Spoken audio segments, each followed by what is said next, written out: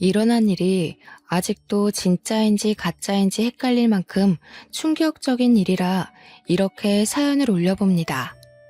저는 서울에서 태어나 이상하게도 엄청나게 동생과 차별받으면서 살았던 40대가 된 여자입니다. 제가 차별받고 산 이야기를 하자면 정말 한도 끝도 없습니다. 어릴 땐 왜 그런 대우를 받아가면서 살아야 하는지 몰랐는데 크고 나니까 자연스럽게 알게 되더군요. 정말 제 기가 막히고 한탄스러운 이야기를 한번 들어보시겠습니까? 저희 집은 남아 선호 사상이 정말 짙었던 집이었습니다. 다들 제 남동생을 떠받들어주면서 하루를 보내셨죠. 그런데 제 편일 줄 알았던 엄마까지도 아들 하니까 저는 정말 미칠 지경이었습니다. 적어도 엄마만큼은 제 편을 들어줘야 하는 게 아닐까요? 다들 아들 한다지만 엄마도 저와 같은 여자라는 성별을 타고난 사람이니까요. 세상에서 차별받으며 제일 억울하고 슬프고 치사한 게 뭔지 아세요? 바로 음식입니다. 먹는 걸로 치사하게 굴면 정말 세상에서 제일 하찮은 인간이 되는 듯한 기분을 느끼게 되었어요. 저는 매일 된장찌개에 김치가 일상인 밥상이었고 동생은 늘 소고기에 햄에 먹고 싶다는 걸 다 차려주셨죠. 제가 학교 끝나고 돌아오면 동생은 산의 진미가 어우러진 어마어마한 밥상에서 밥을 먹고 있었지만 제 몫은 김치와 찌개였습니다. 당연히 동생과 저는 발육 상태에서부터 차이가 날 수밖에 없었습니다. 남동생은 소화비만인 반면 저는 깡마른 영양실조와 다름없는 몸을 가지고 있었습니다. 동생과 길을 걸어가기라도 하면 남매라고 생각하는 사람이 전혀 없을 정도였으니까요. 조금 크고 나서부터는 제가 남동생에게 괴롭힘을 당하는 앤 줄 알고 저를 도와주겠다는 사람이 나타날 정도였습니다. 그러니 이 차별이 얼마나 오랜 시간 지속되었고 제가 얼마나 서러움을 당했을지 이해가 가십니까? 집안에서 새는 바가지 밖에서도 샌다고 하잖아요. 집에서 저를 무시하니까 당연스럽게 남동생도 저를 무시하기 시작했습니다. 아주 엄마랑 둘이 짝짝쿵이 맞아가지고 저를 두고 이래라 저래라 난리를 치는데 하루 종일 서럽지 않은 시간이 없을 정도였습니다.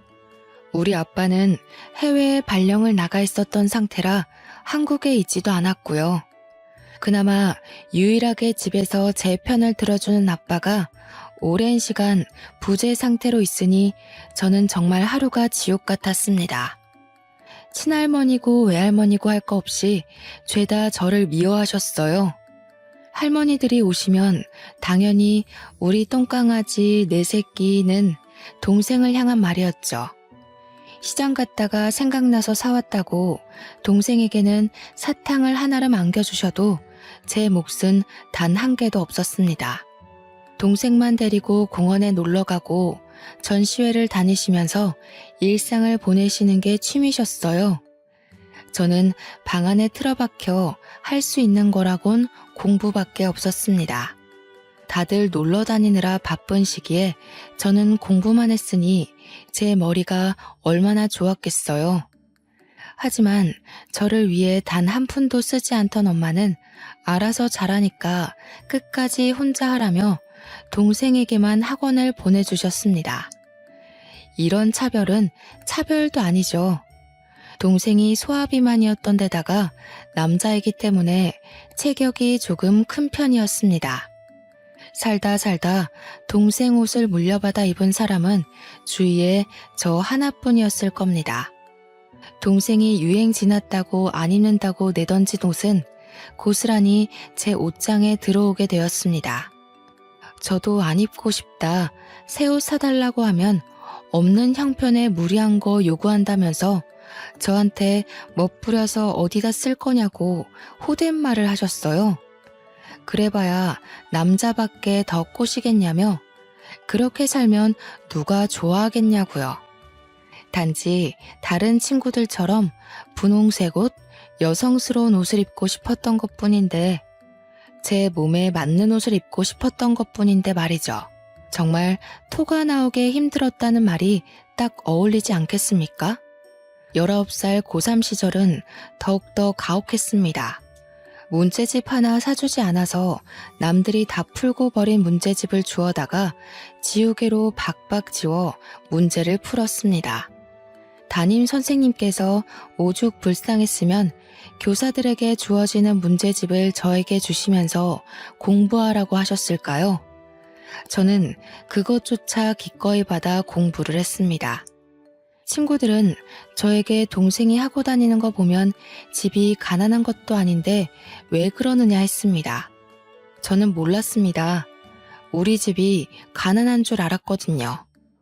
저만 보면 돈이 없어서 못 해준다, 돈이 없어서 돈을 벌어와라, 이 말만 반복했기 때문에 우리 집이 가난한 줄 알았습니다. 그런데 동생이 입고 다니는 옷들은 전부 수십만 원이나 하는 메이커 제품이라고 하더라고요. 옷을 사본 적이 없어서 그 값이 얼마인지도 모르고 살았던 거죠. 그렇게 혹독한 고3 시절을 보내고 난 뒤 저는 결실을 맺었습니다. 제가 서울에 있는 유명한 대학에 턱하니 합격을 하게 된 것이었죠. 수능 당일 엄마가 싸준 떡을 먹고 속이 메슥거려 문제에 집중을 못한 것 치고는 꽤 좋은 성적이었습니다. 제가 대학에 합격했다고 등록금을 주셨으면 한다고 이야기했을 때 온 집안 사람들은 저를 앉혀놓고 못된 말을 했습니다. 어디 여자가 대학을 가려고 하냐부터 시작해서 집안 살림이 빠듯한데 꼭 대학을 가야겠냐고 취업을 하라는 이야기였죠. 거기에 1살 어린 동생이 이제 고3인데 누나가 좋은 대학에 가면 길을 못 펴고 공부를 못할 거라는 이야기까지 덧붙였습니다. 남동생은 머리까지 나쁜 우매한 인간이었음에도 불구하고 저보다 남동생이 대학을 가야 한다는 이야기였죠. 그날 처음으로 저는 대들었습니다. 우리 집 가난한 거 아니지 않냐고, 내 등록금은 아빠가 벌어오는 거 아니냐고요. 그러자 할머니들은 저의 등짝을 치면서 네 아빠가 해외에서 고생하는데 딸이 대학을 가는 게 말이 되냐면서 돈을 벌어오라 했습니다. 남동생 대학 등록금만 해도 허리가 휠 게 뻔한데 어디 대학 문턱을 밟겠냐고요. 저는 제가 더 똑똑하니까 제가 대학을 나오는 게 맞다고 반문했어요. 그러자 친할머니께서 제 뺨을 후려치셨습니다. 정말 눈앞에 별이 반짝 보이는 것 같은 느낌이 들었습니다. 저는 하염없이 울었어요. 제가 그런 걸로 뺨까지 내어줘야 할지 몰랐거든요. 결국 저는 대학 입학을 포기할 수밖에 없었습니다. 대신 1년 동안 남몰래 아르바이트를 하면서 돈을 모았습니다. 딱 1년치 등록금만 모으면 그 뒤로는 대학 이름 팔아서 과외를 할 생각이었습니다. 고액과외가 판을 치던 시기였기에 저는 부푼 꿈을 안고 하루 종일 일을 하고 돌아와 새벽까지 코피를 쏟아가며 공부를 했습니다. 대학에 간 친구들이 술을 먹자 클럽에 가서 놀자고 저를 부를 때도 거절했습니다. 저에게 독하다며 손가락질하는 친구들도 있었지만 저는 그만큼 공부에 대한 열정이 가득했어요. 제가 가려던 명문 사립대는 등록금 때문에 포기할 수밖에 없었지만 서울에서 가장 유명한 국립대학을 목표로 공부했습니다. 재수를 하러 갈 때에는 절대로 엄마가 싸준 떡을 먹지 않아야지 하는 마음으로 말이죠. 편의점 아르바이트, 식당 아르바이트를 하며 열심히 돈을 모았고 수능 3개월 전부터는 독서실에서 총무 아르바이트를 했습니다. 월급은 20만 원 남짓이었지만 하루 종일 공부를 할 수 있다는 장점이 있었어요. 저는 1년치의 대학 등록금이 마련되자 독서실에서 오가는 사람들을 체크해가며 공부에만 몰두했습니다.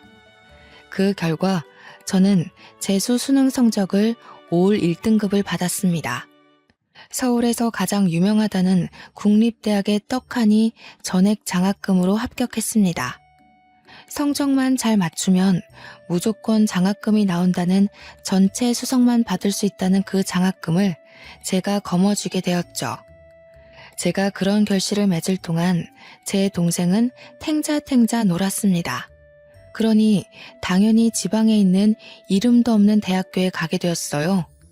집에서 저한테 뭐라고 했는지 혹시 상상이나 가시나요? 동생 기죽이지 말고 대학을 포기하라 하더라고요. 남들은 몇백만 원짜리 고액과외를 붙여가면서 그 학교에 보내고 싶어 하는데 저는 고작 동생 기죽는다고 포기하래요. 그래서 저는 결단을 내렸습니다. 집을 나와버렸어요. 다행히 장학생 특례로 기숙사를 얻을 수 있었고 등록금으로 모아두었던 돈으로 생활을 하기 시작했습니다. 대학에 다니는 4년 내내 저는 과외로 돈을 벌었고 기숙사 생활을 했으며 학점은 최우수로 유지했습니다. 차별에서 나온 저의 끈질김은 하나도 포기할 수 없는 인내심을 만들었습니다. 그렇게 가족과 인연을 끄는 것과 다름없이 지냈습니다. 간간히 엄마와 할머니에게 연락이 왔지만 좋은 소리는 듣지 못했습니다. 동생 기죽이고 좋은 대학 가서 인연 끊고 사니까 좋냐고, 네가 그 학교에 가는 바람에 동생이 엇나가는 거라는 소리를 들어야만 했죠. 그때만 해도 저는 엄마와 할머니에게 대들 생각을 못했습니다. 그저 제가 참고 살다가 시집을 가면 된다고 생각했으니까요. 제가 대학교를 졸업하던 해에 드디어 길고 길었던 해외 생활을 청산하시고 아빠가 아예 돌아오셨습니다. 아빠가 왔으니 가족들끼리 만나서 밥도 먹고 이야기도 해야 하는데 도무지 집에 가기가 너무 싫었습니다. 제가 하루 이틀 학교를 핑계대고 미루다가 결국에는 아빠가 저에게 연락을 하셨어요. 왜 집에 돌아오지 않느냐, 왜 집을 나갔냐 하는 순수하게 궁금함에서 나온 질문이었지만 저는 숨이 턱 막히는 것 같았습니다. 엄마 밥을 먹으면서 살아야 힘이 나지 왜 밖에서 그러고 살아 하는데 가슴에서 쿡 찌르는 분노가 일더라고요. 그래서 천하태평 해외에서 시간 보내느라 아무것도 몰랐을 아빠에게 와다다 다 쏟아냈습니다. 내가 왜 나가 사냐고? 엄마가 밥 반찬으로 김치밖에 안 주는데 내가 왜 집밥을 그리워해야 돼? 뭘 먹을 게 있어서 집밥 타령을 하겠냐고 내가. 밖에서 사 먹는 게 훨씬 영양가 있고 맛있어. 아빠는 제 말에 놀란 듯 그게 무슨 소리냐고 되물었어요. 마치 제가 김치만 먹고 살았다는 걸 처음 알았다는 목소리였죠. 우리 아빠는 방관자였습니다. 말 그대로야. 김치만 먹고 살았다고. 동생은 맨날 고기 주고 생선 줘도 나는 김치에 찌개만 먹고 살았다고. 내가 왜 체중 미달이었는데? 그러자 아빠는 한숨을 쉬면서 잘 알겠다고 했어요. 그동안 매정하게 아무것도 몰라서 미안하다고 사과까지 했습니다. 아빠가 나를 그렇게 차별한 게 아니었는데 괜히 화풀이는 아빠에게 하고 저는 눈물이 쏟아질 것 같았습니다. 아빠는 정말 아무것도 모르는 바보였어요. 할머니들도 모조리 다 공범이라고 나한테 대학도 가지 말라고 했다고. 내가 왜 그 좋은 대학에 합격하고도 재수를 했는 줄 아냐? 등록금 못 대준다고 해서 그렇다고. 그래서 재수한 거라고 다 쏟아냈습니다. 제 이야기를 들은 아빠는 엄마에게 화를 냈어요. 후폭풍이 두려웠지만 속이 얼마나 시원했는지 모르겠네요. 제 나이 25살에서야 드디어 알을 깨고 나온 듯한 기분이 들었습니다. 아빠랑 한바탕 싸운 건지 엄마가 전화를 해서는 저에게 꼭 그걸 말로 뱉었어야 했냐고 저에게 화를 냈습니다.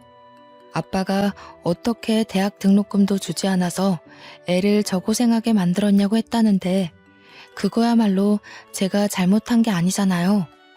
엄마가 맨날 돈 없다 하면서 이름 모를 대학에 간 동생 자취방 얻어주고 생활비 대주고 하느라 돈이 없는 거죠. 저는 엄마한테 다 이야기를 했어요.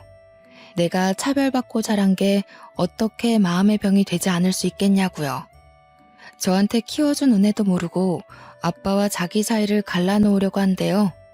어떻게 엄마라는 사람이 저한테 그런 소리를 할 수 있을까요? 멀리서 아빠가 엄마한테 또 내 딸한테 전화해서 뭐라 하는 거냐고 성질을 부리는 소리가 들렸습니다. 엄마는 서둘러서 전화를 끊으셨고 저는 속으로 아빠를 응원했습니다. 당연히 서울에서 제일 좋은 국립대를 졸업했는데 취직이 힘들었을까요? 저는 대기업에 떡하니 취직을 했습니다. 제가 취업을 하는 동안 남동생은 학사 경고를 맞고 졸업장도 받지 못한 채로 미루던 군대에 갔습니다. 그렇게 가기 싫다고 난리를 치고 미루더니 24살에서야 겨우 군대를 간 꼴이었죠.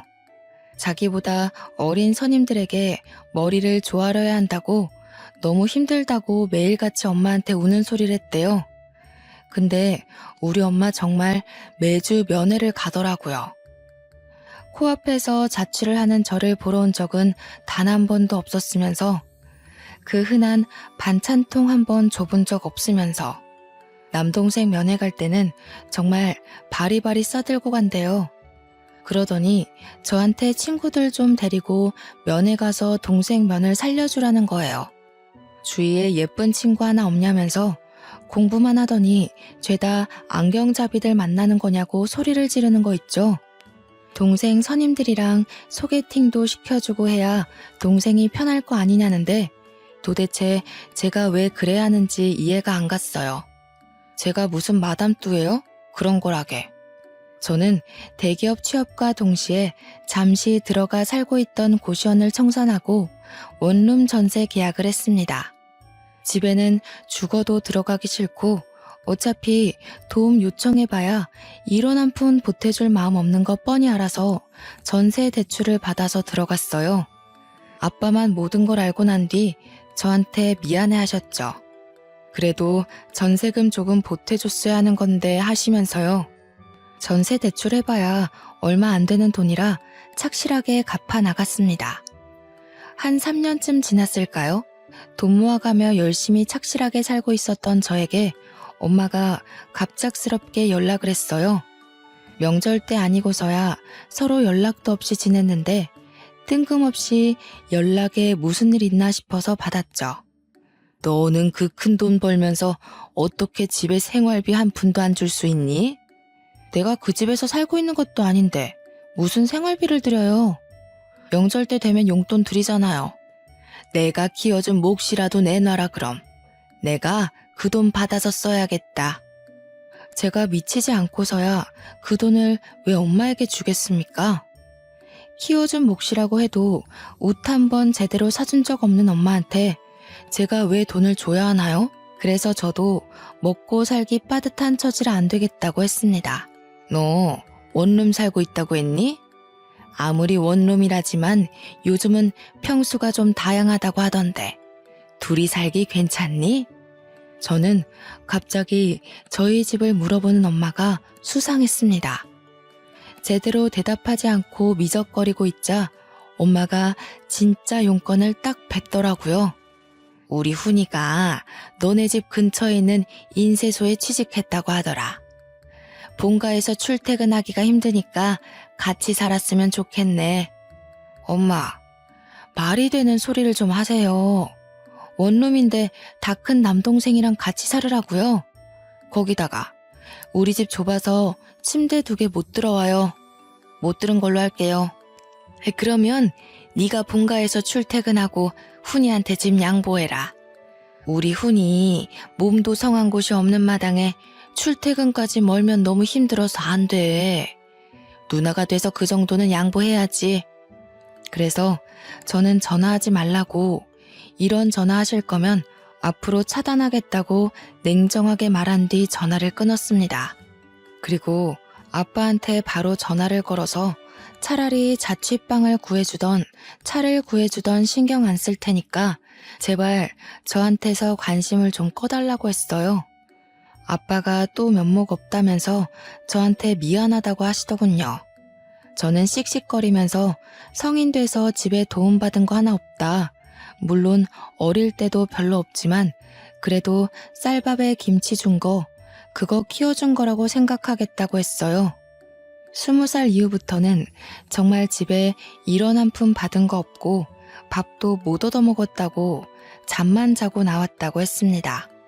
근데 그 돈이라도 받아야겠냐고 재어준 값이 필요하냐고 소리를 질렀어요. 아빠는 아니라고 엄마가 너무 생각이 없다고 미안하다며 화를 풀으라 했습니다. 그러더니 정말 남동생에게 차를 사주셨더라고요. 저는 큰 실망을 할 수밖에 없었죠. 제 보증금은 정말 1원도 안 도와줬으니까요. 그런 척박한 제 삶 속에서도 한떨기 장미꽃이 피어났습니다. 집에 가는 게 싫어서 회사에 내리 있다 보니까 저를 마음에 들어하는 대리님이 있다는 이야기를 듣게 되었어요. 평소에 매너도 좋고 성격도 서글서글하셨던 분인 걸 기억하고 있었는데 그분이 저를 마음에 들어한다는 게 아니겠어요? 제 선임분에게 휴대폰 번호를 알려달라고 했다며 알려줘도 되겠냐고 물어보시더라고요. 저는 좋다고 했습니다.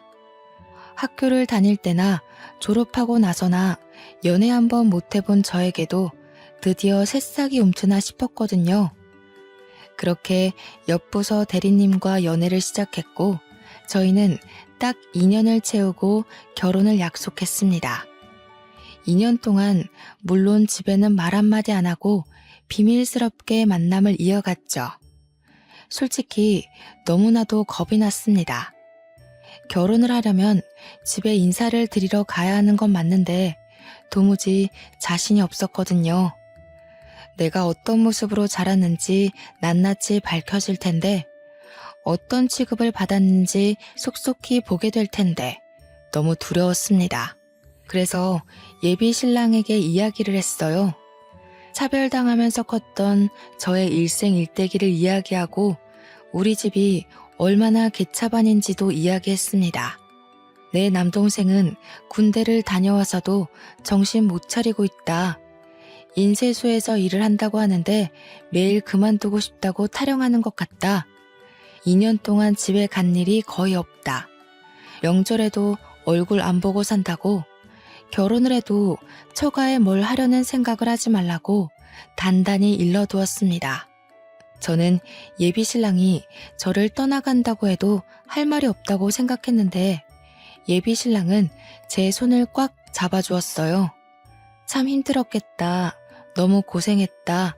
앞으로는 내가 그 과거를 모두 지워줄게 하는데 눈물이 나더라고요.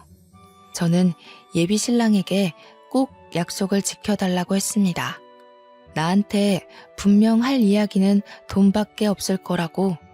대신 우리 집이랑 인연 끊고 살 거고 절대로 돈 줄 일 없을 거라고. 혹시나 집에서 돈 이야기 꺼내면 절대로 모른 척하고 받아주지도 말라고 이야기를 했습니다. 그리고 그 이야기는 시댁 가서도 똑같이 했어요.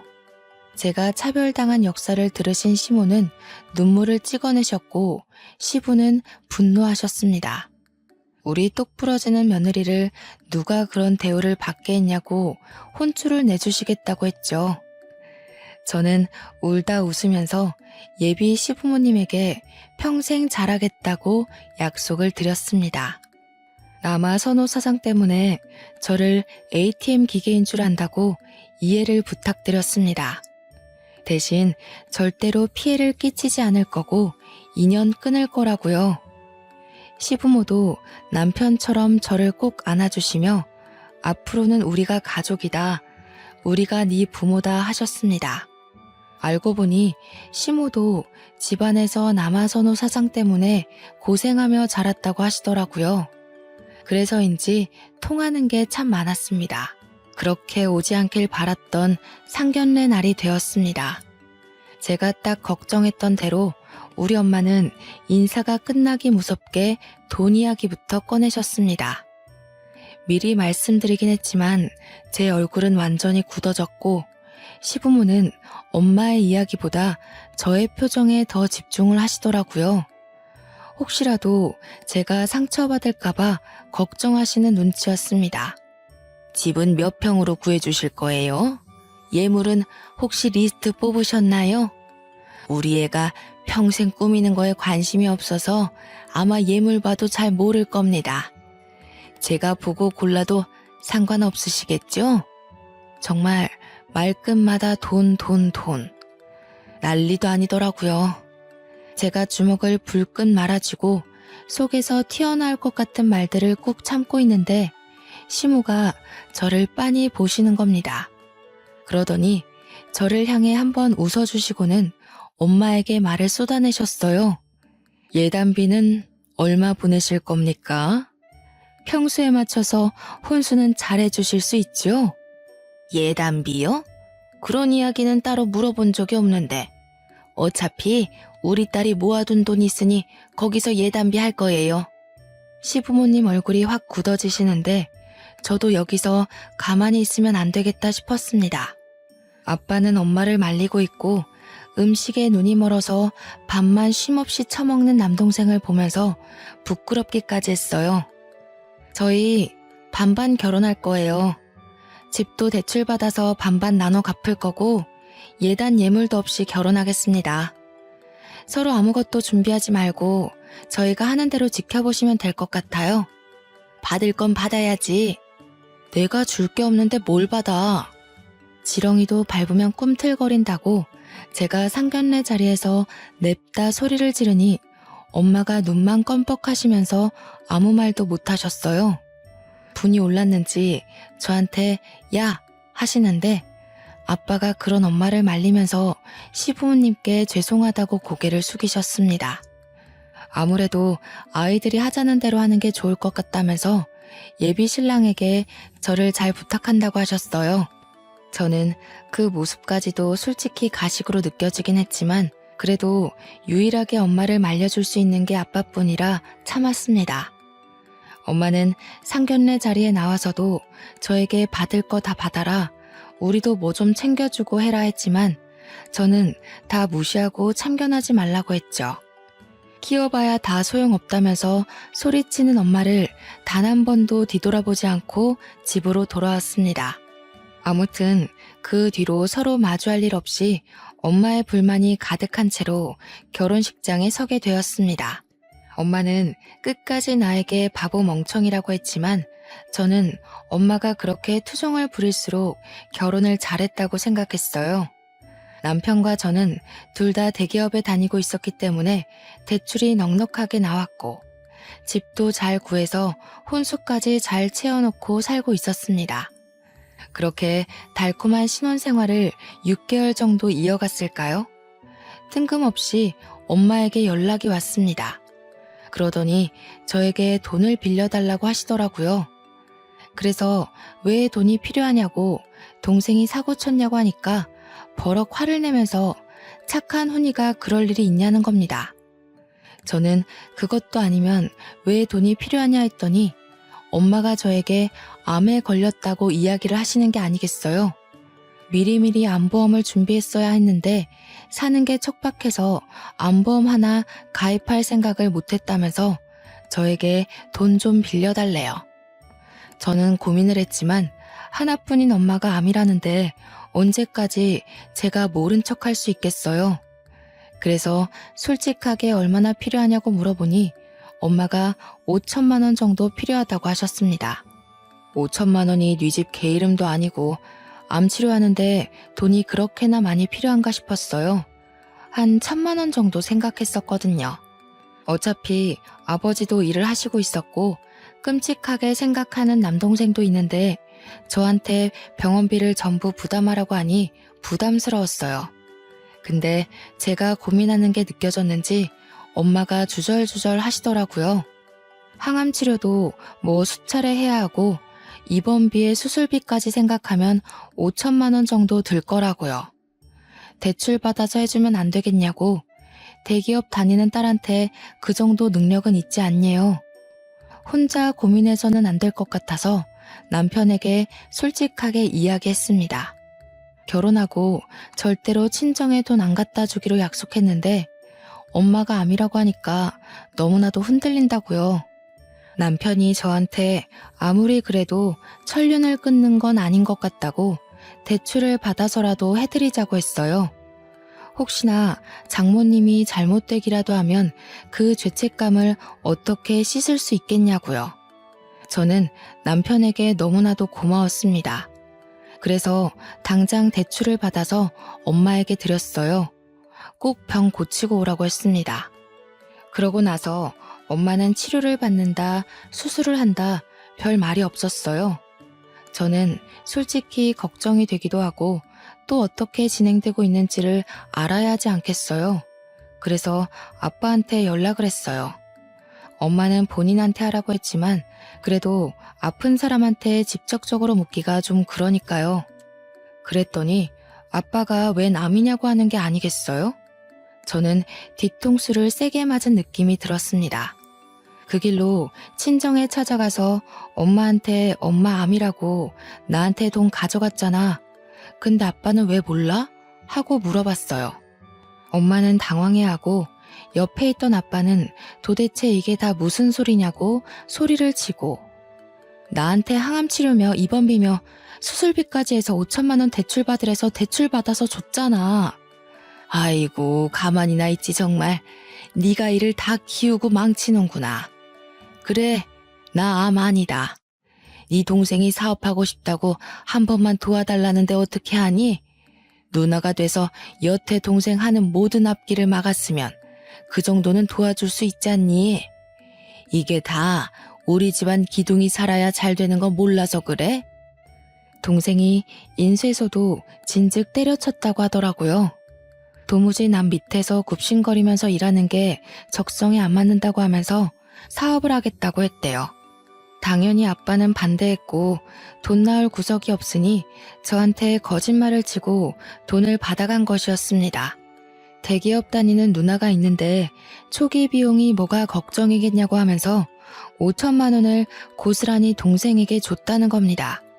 그 순간 동생이 러닝 셔츠 하나 입고 배를 벅벅 긁으면서 까치집한 머리로 하품하며 나오는데 진짜 미치겠더라고요. 누나 왔어? 누나가 준 돈 잘 썼어. 누나 덕분에 나 큰 돈 벌 것 같아. 개소리 하지 말고 당장 내 돈 갚아. 나도 그거 대출 받아서 준 거라고. 엄마가 암이라고 거짓말해서 준 돈이라고. 아이씨 누나. 투자의 기본은 냅두는 거야. 어? 내가 코인 제대로 된 거에 시게 투자했으니까 2배로 불려줄게. 알겠지?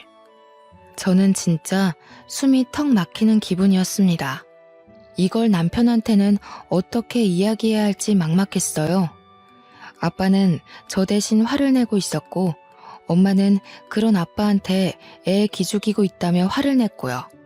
결국 그 돈은 종이 조각이 되고 말았죠. 코인이라는 게 어떻게 무조건 벌 수만 있겠습니까? 죄다 잃고 저한테 배째라는 식으로 나오더군요. 저는 정말 친정과 인연을 끊기로 했습니다. 연락도 받지 않고 찾아가지도 않고요. 남편은 저에게 5천만 원으로 인생 공부했다는 셈 치자고 했습니다. 내용 증명을 보내버릴까 하다가 남편이 굳고 말려서 참았습니다. 그 와중에 아빠는 저한테 미안하다며 일부라도 갚겠다고 저에게 2천만 원을 송금해 주셨습니다. 아빠도 저에게는 방관자나 다름없었기에 저는 그 돈을 그냥 받았습니다. 미안하다는 아빠의 말이 진심일지 거짓일지 몰라도 저도 남편에게 미안해서 그냥 받았어요. 그러고는 정말 아빠와도 그 누구와도 연락하지 않고 지냈습니다. 그렇게 몇 개월이 지나고 저희에게 소중한 생명이 찾아왔습니다. 시댁에서는 경사가 났다면서 저를 위해 한약도 지어주시고 병원도 매번 같이 가주셨어요. 제 배가 티나게 불러올 쯤 저에게 친정에 말을 해야 되지 않겠냐고 했고 저는 싫다고 했지만 시부도 저를 설득했어요. 아무리 그래도 손주가 생기면 달라지는 법이라고 연락을 해보는 게 좋겠다고 하셨습니다. 저는 끊임없는 시댁의 설득에 결국 친정 부모님께 말씀을 드렸습니다. 임신했다고? 4개월인데 이제 저 이야기한단 말이야? 사돈댁에서 뭐 해줬니? 가방이나 하나 받아와라. 엄마가 보니까 옆집 아줌마가 이번에 시사 신상백 샀다는데 너무 예쁘더라. 나도 네 덕에 명품백 한번 들어보자야. 저는 그 말을 듣자마자 그냥 전화를 끊어버렸습니다. 도대체 딸이 임신했다는데 가방 사달라고 조르라는 사람이 엄마가 맞습니까? 심지어 저를 위한 것도 아니고 본인을 위해서요. 저는 정말 엄마 같은 엄마가 될까봐 너무나도 두렵고 무서웠습니다.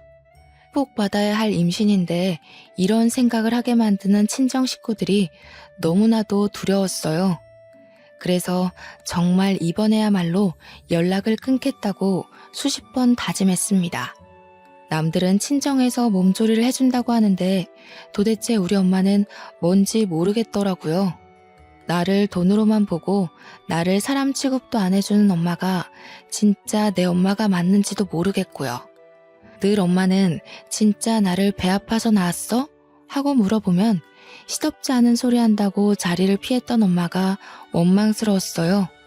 그렇게 6개월이 더 지나고 저는 떡두꺼비 같은 아들을 낳았습니다. 정말 신생아들 크는 속도는 눈에 띄더라고요. 매일같이 모유를 먹이고 아이 트림을 시키고 정말 생명이라는 게 이렇게 대단한 거구나 하는 걸 느꼈습니다. 제 품 안에서 배불리 먹고 잠든 아이를 보면서 도대체 우리 엄마는 나를 왜 그렇게 미워했을까? 어떻게 그럴 수 있을까 의문이 들었죠. 아이가 돌이 지나고 저는 모유 수유를 끊었습니다. 아이 이유식을 시작하고 분유를 번갈아가며 먹이고 늘 배불리 먹는 아이를 보며 행복했어요. 그렇게 한 1년쯤 더 지나서 제 가슴에 몽우리가 잡히는 게 느껴졌습니다. 혹시 유선이 막혀서 혹이라도 생긴 건 아닐까 병원에 가서 검사를 하니 유방암이라고 하는 게 아니겠어요. 다행히도 제가 가슴 마사지를 한다고 매일 만지다가 알게 된 터라 완전 초기였고 항암 치료만 해도 충분히 줄어들 거라고 했어요. 수술도 어렵지 않은 위치라 운이 좋다고도 하셨고요. 시부모님이 제 손을 잡고 막 우시는데 저 괜찮대요. 너무 걱정하지 마세요 하면서도 참 마음이 이상했습니다. 우리 부모도 나를 잡고 이렇게 서럽게 운 적이 없는데 우리 시부모님은 모자란 며느리도 너무 사랑해 주시는구나 하면서 뭉클했어요. 괜찮다고 했음에도 불구하고 제가 바람 불면 날아갈까 제 손을 꼭 잡고 부모님 대신 저와 함께 병원을 다녀주셨습니다. 우리 며느리 고생하면 안 되는데 마음에 병이 있어서 이랬나 보다 하시는데 눈물이 찔끔 나더군요. 언제까지 숨길 수는 없는 일이라 아빠에게만 이야기를 드렸습니다. 제가 유방암이래요. 수술하면 괜찮을 거라고 하는데 혹시 몰라서 이야기를 드려요 하고요. 아빠는 정말 어쩔 줄 몰라 하셨습니다. 조금 훌쩍이는 것 같기도 하셨고요. 그런데 그날 저녁 엄마한테 연락이 오더라고요. 낮게 깔린 목소리로 할 말이 있으니 집으로 왔으면 좋겠다고 하셨습니다. 얼굴 좀 보고 이야기하자고 하셔서 애기도 보여줄까 싶어서 우리 아들을 데리고 남편과 함께 친정에 갔어요. 아빠는 손자가 오니 신이 나셔서 아이 보느라 정신이 완전히 팔리셨죠. 우리 남편은 아빠 옆에 붙어서 아들의 재롱을 열심히 보고 있었어요. 엄마는 저를 살짝 부르더니 앉아보라고 하시더군요. 무슨 말이 나올지 몰라서 솔직히 조금 긴장이 되긴 했습니다. 얘, 너 암이라며? 보험금 얼마 나온다니? 네 동생 완전 다 죽어간다. 투자 그거 망해가지고 아빠도 네 동생 얼굴을 안 봐. 이번에야말로 제대로 일어설 수 있다는데 좀 도와주렴. 그게 암 걸린 사람 앞에서 할 이야기입니까? 그것도 딸이 아프다는데. 보험금을 동생에게 투자하라는 게 정말 사람의 입에서 나올 수 있는 말인지 이해가 안 가더군요. 죽어가는 사람은 나고 동생은 그 사이에 살이 더 쪘는데 어떻게 그런 말을 할 수 있는지 그래서 저는 정말 참지 못하고 소위 말하는 지랄을 했습니다. 도대체 나한테 왜 그러는 거냐고 제가 큰 소리를 내면서 다 말했어요. 나한테 돈 빌려간 게 얼마인지는 알고 지금 그런 소리 하는 거야?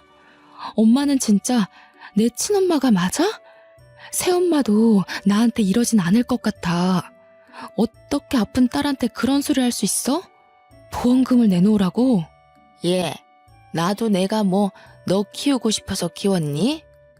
방에서 헐레벌떡 나온 아빠가 엄마를 향해 조용히 하라고 소리치더군요. 우리 남편도 아이를 안고 무슨 일인가 싶어서 방에서 뛰쳐나왔고요. 제가 빨개진 눈으로 씩씩거리고 있으니 슬그머니 제 옆에 서주었습니다. 뭘 조용히 해?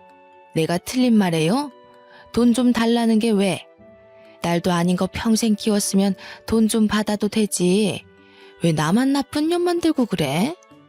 그게 무슨 소리야? 내가 엄마 딸이 아니라고? 그래 이년아. 너 태어나자마자 네 엄마 죽고 너네 친할머니가 나랑 네 아빠 중매 서서 결혼한 거야. 나라고 애 딸린 호랩이랑 결혼하고 싶어서 했겠어? 내가 너 키워준 걸 고맙게 생각해. 그 말에 저도 남편도 손만 벌벌 떨었습니다. 어쩐지 아빠가 저한테 계속 미안해 하시는 게 이상했어요. 엄마가 모든 걸 다 털어놓고 아빠는 그 충격으로 쓰러지셨습니다. 갑자기 혈압이 오르는 바람에 내 혈관에 문제가 일어난 것이었어요. 모든 게 다 제 탓으로 느껴졌습니다. 아빠의 갑작스러운 죽음이 저를 그렇게 만들었어요. 장례식이 끝나고 하염없이 눈물을 흘리고 있는데 엄마, 아니 새엄마가 저를 향해 다가오더군요. 예, 너 때문에 내가 팔자에도 없는 과부가 됐다. 네 아빠 그리 죽고 이제 나는 어찌 살겠니? 네가 우리를 좀 책임져야겠어. 그게 키워준 값 갚는 거라 생각해. 이 미친 아줌마야. 키워주면 다 엄마야? 그리고 내 자랄 동안 뭘 해줬다고 키워줬대? 이래서 검은 머리 짐승은 거두는 게 아니라던데 어쩜 그 말이 딱 맞니? 내가 너 먹여주고 입혀주고 했잖아. 우리 아들만 챙겨도 모자랄 판에 그러니 이제 은혜를 갚으란 말이야. 나 아줌마한테 은혜 입은 거 없어. 내 친엄마도 아닌데 내가 왜 당신을 부양해야 되는데? 그 잘난 아들 새끼 데리고 재미나게 살아봐. 앞으로는 우리 얼굴 보지 말고. 알겠어? 새엄마는 아빠의 납골당 앞에서 저에게 죽이려니니 뭐니 소리를 지르고 난리를 쳤어요. 저는 웃으면서 당신이랑 인연을 드디어 끊게 돼서 기쁘다고 침까지 칵 뱉었습니다. 아빠의 납골당 앞에서 이런 소란을 일으킨 건 죄송스럽지만 저도 어쩔 수 없었어요. 그렇게 끝까지 아나무인으로 굴던 새엄마가 저를 찾아온 건 장례가 끝난 지 2주일도 안 된 시점이었습니다. 저에게 살려달라고 울고불고 빌더라고요. 알고 보니 아빠의 사망보험금이며 모든 보험의 수혜자가 전부 제 이름으로 되어 있었던 거죠. 수억의 보험금이 전부 제 몫이 된 거예요. 엄마는 그 돈 달라고 그러고 저는 못 주겠다고, 절대로 한 푼도 주지 않겠다고 강경하게 대응했습니다. 집에 찾아와서 깽판 부리고 남동생은 저 스토킹하듯 쫓아다니고 결국 경찰서에 신고를 했죠. 특히 남동생은 제 일거수일투족을 쫓아다니며 사진으로 남겨놨던 게 발각되어 실형을 살게 되었습니다. 새엄마도 결국 저를 해코지하려고 했던 정황 증거가 밝혀지며 모자가 나란히 징역 1년을 받게 되었어요. 재판이 끝나는 날 남편을 붙잡고 얼마나 울었는지 모르겠네요. 그동안 차별받았던 일들도 생각나고 어떤 마음으로 나를 향한 범죄를 계획했는지 소름까지 돋아나서요. 어떻게 친딸은 아니지만 갓난아기 때부터 지켜보고 한 집에 살던 아이에게 그런 범죄를 계획했는지. 저는 모든 재판이 끝나자마자 바로 신변 보호 요청을 했고 휴대폰 번호를 바꾸어 버렸습니다. 시댁 도움으로 이사까지 마치고 나니 이렇게 속이 시원할 수가 없네요. 비록 저에게 아빠는 끝까지 방관자였지만 보험금이라도 남겨주셔서 고마운 마음이 남긴 하더라고요. 이 돈으로 제 하나뿐인 아들 잘 키우며 남편과 행복하게 시부모님의 노후를 편안하게 챙기며 살 겁니다. 아무리 남의 딸이라지만 마음으로 받아주신 시모도 있는데 평생을 살아도 새엄마의 행동은 도저히 이해가 가질 않을 것 같네요. 제가 당한 일은 아마 제 평생이 가도 지워지지 않을 것입니다. 어디 가서 털어놓기도 부끄러운 일이라 꽁꽁 숨길지도 모릅니다. 섞인 핏줄이라도 동생인데 저를 스토킹하고 제가 잘못되기만을 빌었다는 게 너무 화가 나고 무섭네요. 저는 이 일을 계기로 아무리 가족이라는 틀 안에서 반평생을 부대끼며 살았어도 가족이 될 수 없는 관계도 있다는 걸 알았습니다. 가족이 된 지 몇 년 안 된 우리 시댁 식구들과 남편이 더 가족처럼 느껴지는 이유이기도 하겠죠. 제가 당한 일들을 모두 아시고 우리 시부모님이 얼마나 제 걱정을 해주셨는지 몰라요. 평생을 옆에서 제가 보필해도 부족할 것 같습니다. 저는 앞으로 제가 가족이라고 생각하는 사람들만 챙기면서 살 겁니다. 그들과 함께 좋은 일만 생각하고 좋은 것만 보고 살아보려고 합니다. 여러분들에게도 좋은 일만 보고 느낄 수 있는 날이 오길 바랍니다. 긴 사연 들어주셔서 감사합니다.